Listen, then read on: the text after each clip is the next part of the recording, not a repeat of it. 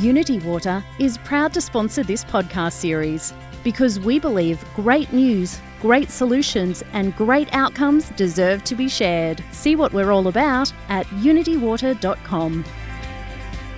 You're listening to the Australian Water Association's podcast series.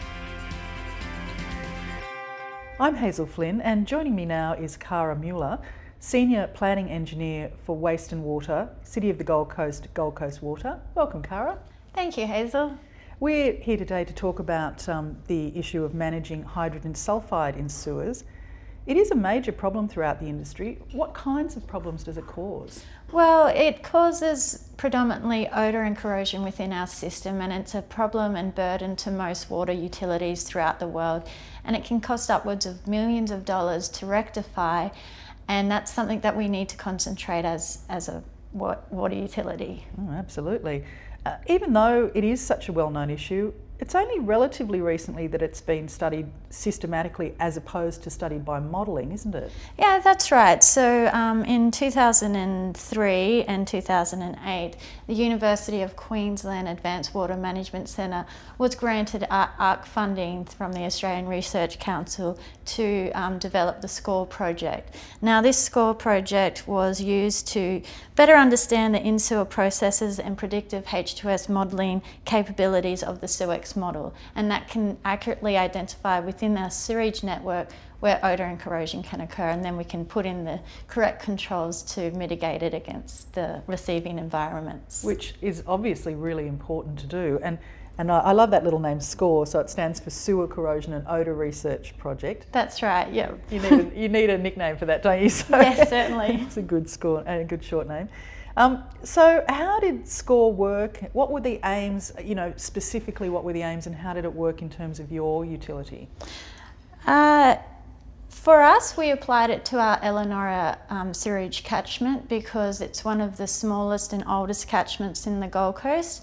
It's situated along a long flat terrain, and so it gives rise to longer sewage detention times, and this promotes the formation of H2S in our system, which obviously leads to malodorous odour and can cause corrosion. So the SCORE project was applied there, and we built a SEWEX model, which is a MATLAB-based simulation tool which can predict those H2S levels.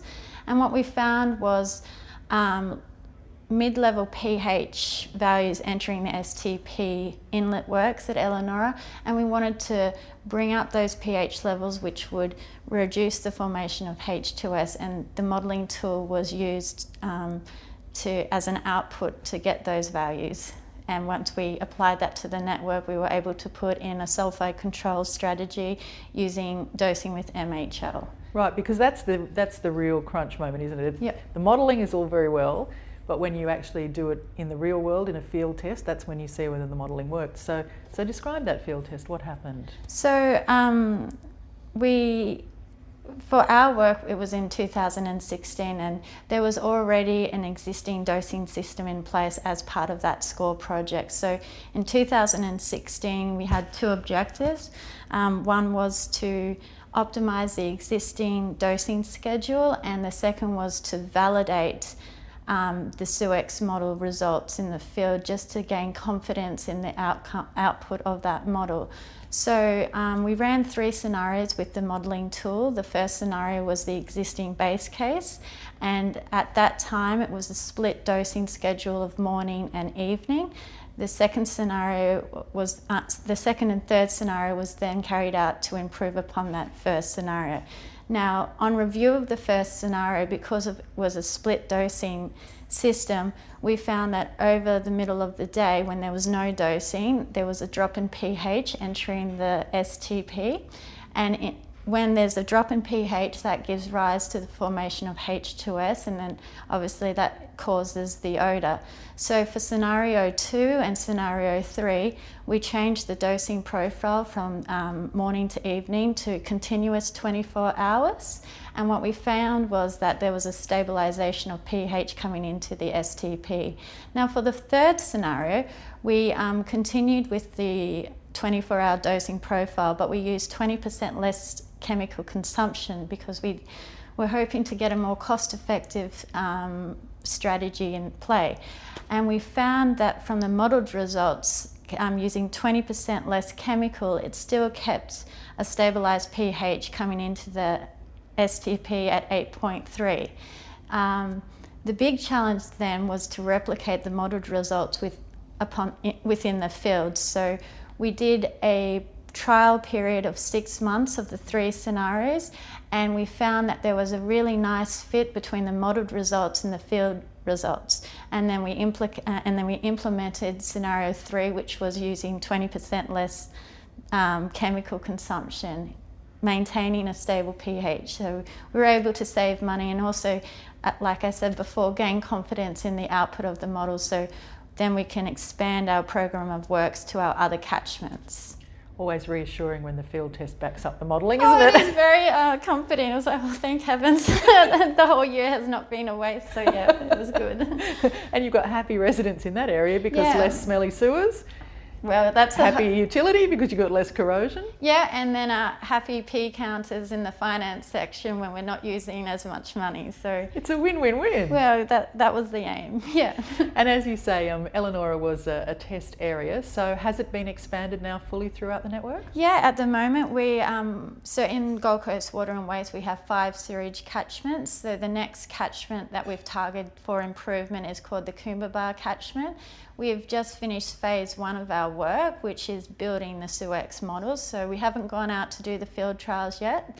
The Coomba catchment is a lot larger than Elanora, and it's an incredibly complex system of rising mains and injecting pump systems. So we are starting phase 2 and phase 3 of the field trials this financial year and next financial year, and hopefully I will have a happy face like Elanora, because that system is, like I said, very complex. It's larger, but we want to improve the system, and because we've used Elanora as our base case, we feel confident in our approach for Coomba, and then we'll go and step into the Stapleton catchment, Pimpama catchment and Merrimack catchment over the next 5 years. And is the reason for doing them one by one because of those idiosyncrasies that each of them has? You can't just apply the same system as you did to Elanora to all of the others?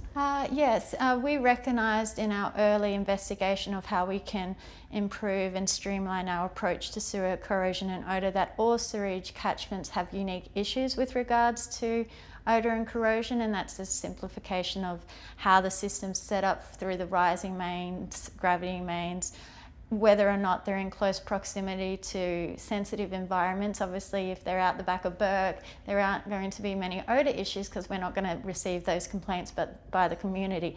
But when we're in those highly densified areas along the eastern coast, we get the odour complaints.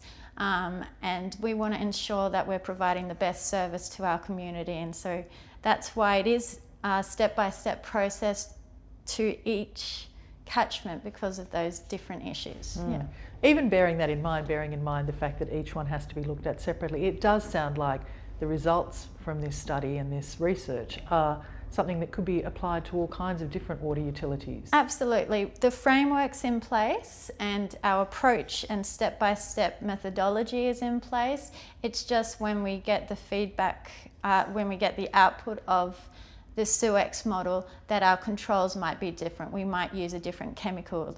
We use MHL in Elanora, but we might use ferric chloride in Coomba. We probably will use MHL in Coomba, but we don't want to sort of generalise our approach across the entire Gold Coast sewerage catchments. It needs to sort of be simplified, but the framework in itself is the same. And I imagine it's something that's of interest to water utilities elsewhere as well.